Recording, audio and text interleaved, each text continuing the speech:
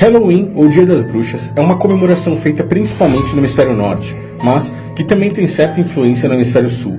De acordo com a tradição celta, que ocorria 2.500 anos atrás, ou 500 anos antes da vinda do Messias, eles acreditavam que no final do verão o sol ia perdendo suas forças, assim fazendo com que o véu entre o mundo dos vivos e o mundo dos mortos ficasse extremamente fino, possibilitando que os espíritos dos mortos voltassem para esse plano físico durante 3 dias, entre os dias 31 de outubro e 2 de novembro, justamente na data do fim do verão no hemisfério norte. Mas qual seria o motivo de muitos cristãos nos dias de hoje participarem desse tipo de comemoração? O que poderia ter trazido isso para a nossa cultura nos dias atuais e mantido essa chama viva até hoje, 2.500 anos após os celtas? O que faria com que uma tradição com mais de 2.500 anos viesse a ser comemorada ainda nos dias de hoje? E o pior, o que faria com que cristãos, milhões de cristãos, principalmente no Ocidente, mais ainda no hemisfério norte, comemorassem essa data de uma forma muito parecida com o que os pagãos faziam nas épocas antigas? Antes de entrar nesses detalhes, eu vou rodar para vocês um vídeo que vai explicar totalmente o que significa essa data.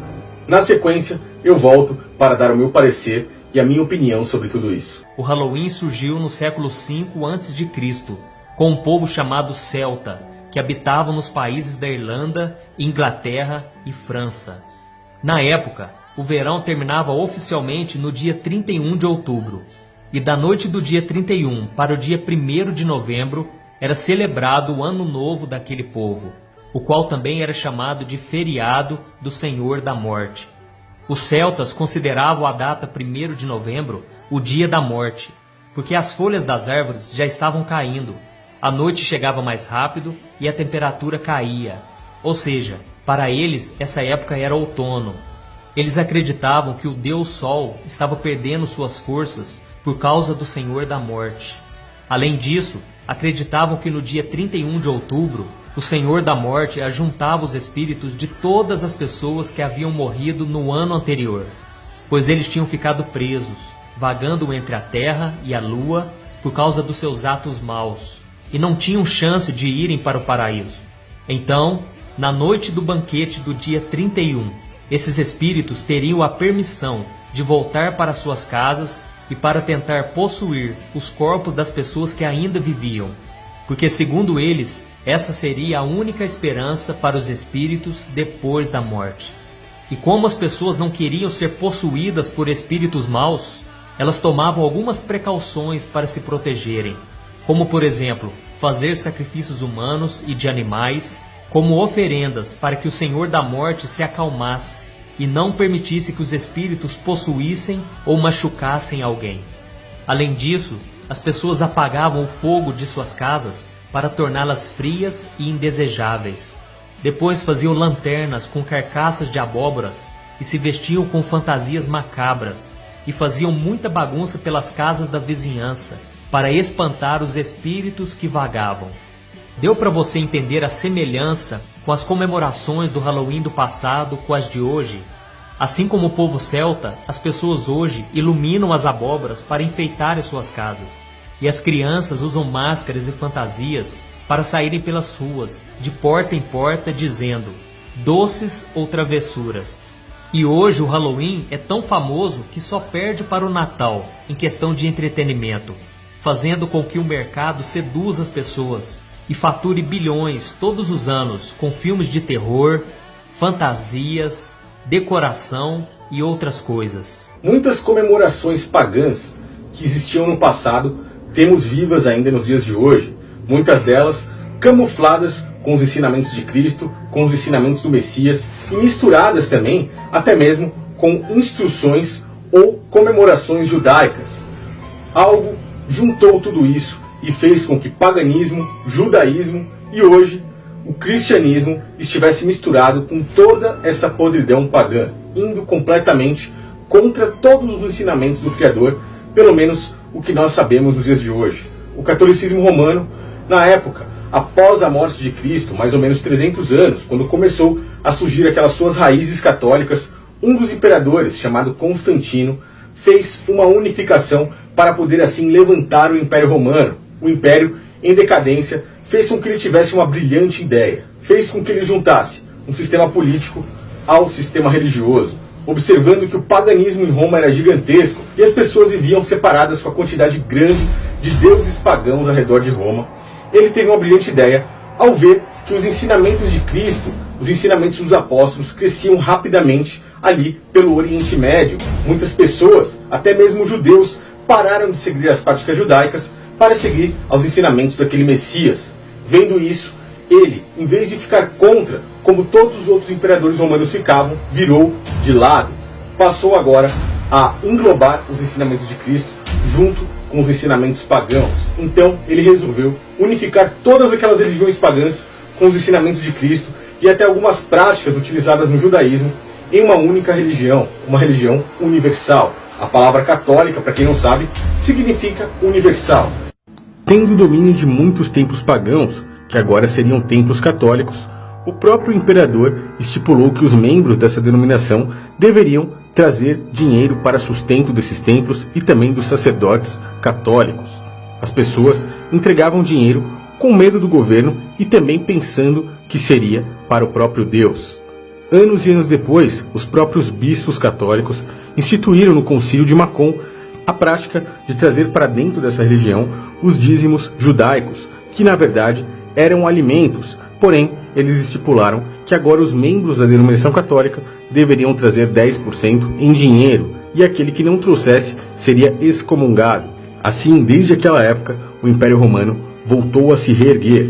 Hoje, o próprio Império Romano, que aparenta estar destruído, está muito mais do que vivo, porém apenas mudou de nome. Hoje, o Império Romano chama-se Vaticano. Então muitos desses feriados que nós temos nos dias de hoje, comemorações como o próprio Halloween, o Natal, a Páscoa e até mesmo a virada de Ano Novo, são práticas que eram feitas por pessoas que seguiam ídolos pagãos. O Natal, no dia 25 de dezembro, como eu já falei muitas vezes, e nesse dia 25 de dezembro, nesse ano, terei um vídeo fantástico aqui para vocês a respeito de tudo isso. O Natal, nesse dia, ele representava a adoração ao Deus Sol, a Mitra, aquele que também poderia ser chamado de Nimrod, o construtor da Torre de Babel, aquele que se opôs totalmente contra o Criador no Antigo Testamento. O mesmo que casou-se com sua mãe, Semíramis, ou então Estera, dependendo do lugar, da região que essa deusa era cultuada, mantinham-se tradições. Ela, a qual se colocou como a deusa Lua e que disse para seus seguidores que ela teria vindo direto da Lua de dentro de um ovo, fazendo isso com que se iniciasse ao culto de adoração a Estera com ovos. Nada muito diferente da Páscoa que nós temos hoje, totalmente misturada com os ensinamentos de Cristo. Essa adoração pagã aí desses demônios, o culto aos espíritos mortos, era uma tradição celta, como vocês puderam ver no vídeo. O catolicismo romano unificou isso nesses 3 dias, o dia 31 de outubro, o dia 1º de novembro e o dia 2º de novembro. Passaram a chamar o nome dessa tradição de All Hallows Eve, que significava o Dia de Todos os Santos. Alguns chamavam também de All Elohim, Dia de Todos os Deuses, onde o espírito dos mortos poderia ultrapassar para esse plano material. E nesses 3 dias existia uma grande proximidade entre os espíritos dos mortos e os espíritos dos vivos, indo totalmente contra aquilo que o Criador ensinou. O catolicismo romano tentou camuflar essa comemoração, dizendo que agora a comemoração seria para cultuar os mártires, aquelas pessoas grandes que morreram no passado. Porém, eles esquecem de dizer, ou então escondem as informações para as pessoas, de que mantendo essa cultura pagã, uma cultura demoníaca, eles acabariam levando muitas e muitas pessoas ao engano, pois eles apenas paganizaram o cristianismo e não cristianizaram o paganismo, como eles costumam dizer. Porém, a própria Bíblia Sagrada nos mostra que as coisas de Cristo, as coisas do Criador, ao encostar em algo impuro, ela não torna o impuro puro, mas as coisas que são puras acabam ficando impuras. Vemos isso claramente no livro do profeta Ageu, 2º capítulo, versículo 12, onde diz assim: se alguém leva carne santa nas orlas de suas vestes, e com ela tocar o pão, ou o guisado, ou o vinho, ou o azeite, ou qualquer outro mantimento, Porventura ficará isso santificado? E os sacerdotes respondem, não. E agora, disse Ageu, se alguém que for contaminado pelo contato do corpo morto tocar em algumas coisas dessas, ficará ela imunda? E os sacerdotes responderam, sim, ficará imunda. Ou seja, o que significa qualquer contato com as verdadeiras palavras de Cristo, juntamente ao paganismo, não deixará com que o paganismo fique purificado, e sim com que as verdadeiras palavras de Cristo se contaminem com todo o paganismo.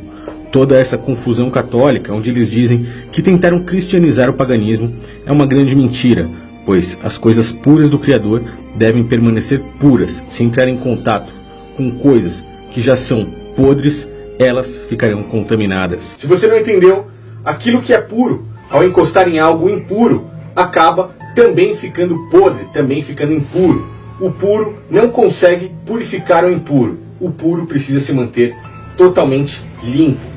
O catolicismo romano, com essa ideia de cristianizar o paganismo, acabou apodrecendo muitos dos ensinamentos de Cristo. E hoje, milhares e milhares de pessoas acabam pensando que estão fazendo algo para agradar a Cristo no Natal, na Páscoa ou até mesmo no Halloween, e no final das contas caem em uma grande cilada por falta de conhecimento. O catolicismo romano, com sua máscara de cordeiro, enganou muitos, porém por trás disso tudo existe uma grande pele de lobo.